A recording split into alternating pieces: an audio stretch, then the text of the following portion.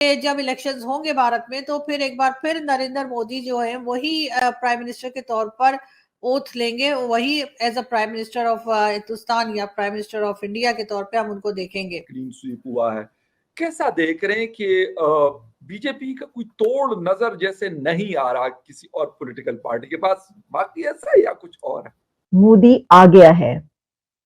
Prime minister Narendra Modi ने कामयाबी के बाद अपने राइवल्स को डंप करने के बाद उनको वार्निंग भी दी है। लेकिन पब्लिक जो है वो इस वक्त भी जो है वो बीजेपी के साथ है। पब्लिक इस वक्त भी मोदी जी को ही प्राइम मिनिस्टर देखना चाहती है। देखो उनका मेडिकल सेक्टर, देखो उनका कौन कौन सा सेक्टर मैं बताऊं जो नई तरक्की में, हर फील्ड में तरक्की में, किसकी वजह से? प्राइम मिनिस्टर मोदी की वजह से। ठीक है, तो कहते हैं कि मोदी है तो मुमकिन है।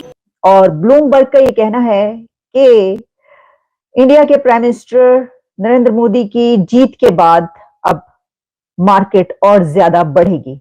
हेलो दोस्तों, तो जय हिंद। आप सभी का स्वागत है हमारे YouTube चैनल पीपी रिएक्ट में। तो दोस्तों, भारत में 5 में से 3 में मोदी की फतेह देखकर पाकिस्तान में तो भौकाल मचा हुआ है। पाकिस्तानी लोग ये बात बोल रहे हैं कि मोदी जी की फतेह देखकर तो पूरे पाकिस्तान में बर्बादी मची हुई है। मोदी जी की फतेह मतलब हमारी बर्बादी तो अब तय हो चुकी है। दोस्तों, मोदी ने इस बार फिर से अपना पंजा जमा लिया है पूरे राजस्थान में। यहाँ पहले कांग्रेस का राज था, वहां अब मोदी का राज हो चुका है। तो हमें ये देखकर लग रहा है कि 2024 में पूरी जगह पर बीजेपी ही बीजेपी होगी। इसी बात को लेकर पूरी पाकिस्तानी मीडिया और फिजा खान फूट फूट कर रो रही है। चलिए सुनते हैं कि उनका इस पर क्या कहना है। रहा मोदी आ गया है।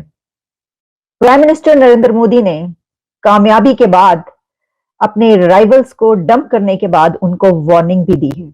और ब्लूमबर्ग का ये कहना है कि इंडिया के प्राइम मिनिस्टर नरेंद्र मोदी की जीत के बाद अब मार्केट और ज्यादा बढ़ेगी, इंडिया और तरक्की करेगा।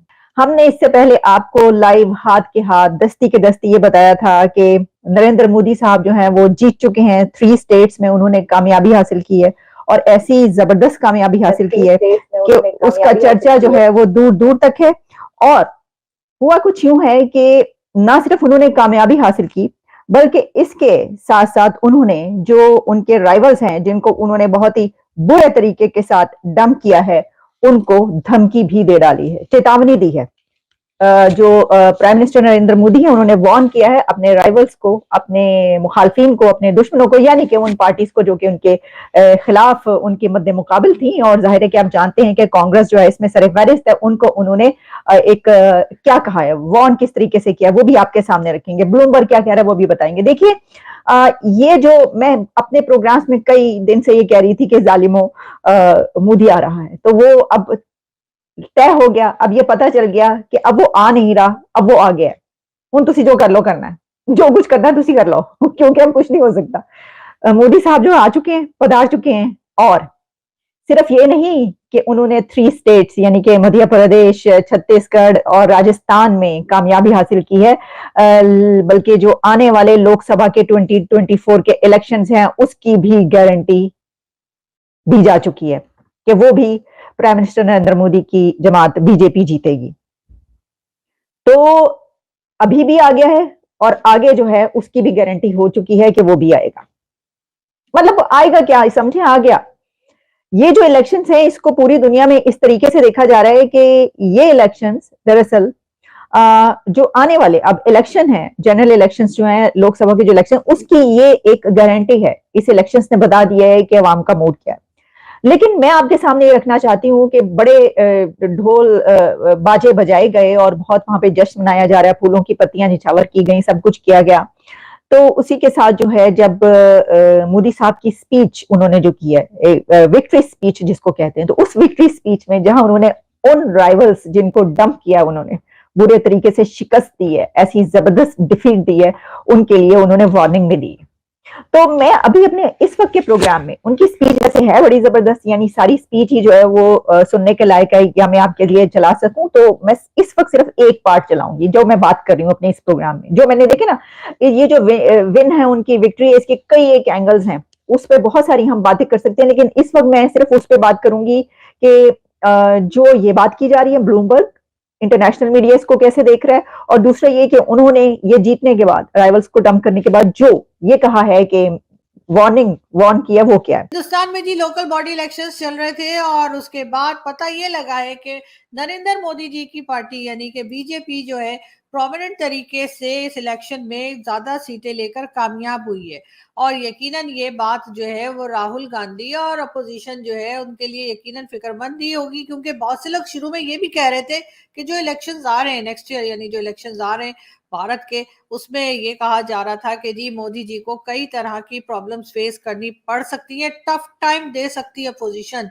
उसकी रीजन क्या बताया गया कि जी कतर वाला इशू हुआ जिसमें नेवल ऑफिसर जो हैं उनको अरेस्ट किया गया। उसके बाद जी वो पुन्नू जो है, पुन्नू साहब जो है, पुन्नू शुनू बल्कि साहब तो उसको कुछ और लोग कहते हैं, मैं तो खैर पुन्नू शुनू ही कहती हूँ उसको। तो जी पुन्नू जो है उसका इशू निकला, कनाडा का इशू निकला, अमेरिका का हुआ और कई तरह के दूसरे प्रॉब्लम्स आते रहे, मणिपुर और क्या कुछ। लेकिन पब्लिक जो है वो इस वक्त भी जो है वो बीजेपी के साथ है। पब्लिक इस वक्त भी मोदी जी को ही प्राइम मिनिस्टर देखना चाहती है। और अच्छी बात ये हुई कि जितने भी प्रॉब्लम्स आए उनको गवर्नमेंट ने यानी इंडियन गवर्नमेंट ने फेस किया और किसी ना किसी तरीके से उनके कुछ ना कुछ अभी तक हल भी हमें नजर आए निकलते हुए। बहरहाल हम आपको ये बताते चले कि एक बार फिर जो है लोकल बॉडी इलेक्शंस में तो खैर बीजेपी की जीत हो ही गई है और लग यही रहा है, बल्कि लग क्या रहा है ये भी ऑलमोस्ट बात कंफर्म है कि जब इलेक्शंस होंगे भारत में तो फिर एक बार फिर नरेंद्र मोदी जो है वही प्राइम मिनिस्टर के तौर पर ओथ लेंगे, वही as a prime minister of Hindustan या प्राइम मिनिस्टर ऑफ इंडिया के तौर पे हम उनको देखेंगे। ये और बात है कि पाकिस्तान में जो इलेक्शंस होते हैं उसमें इलेक्शंस तो नहीं होते, लेकिन हमें पहले से ही पता होता है कौन प्राइम मिनिस्टर आ रहा है, कौन चीफ मिनिस्टर आ रहा है, कौन फॉरेन मिनिस्टर आ रहा है, किसको हटाया जा रहा है, किसको लाया जा रहा है। खैर पाकिस्तान का प्रोसेस कुछ और है।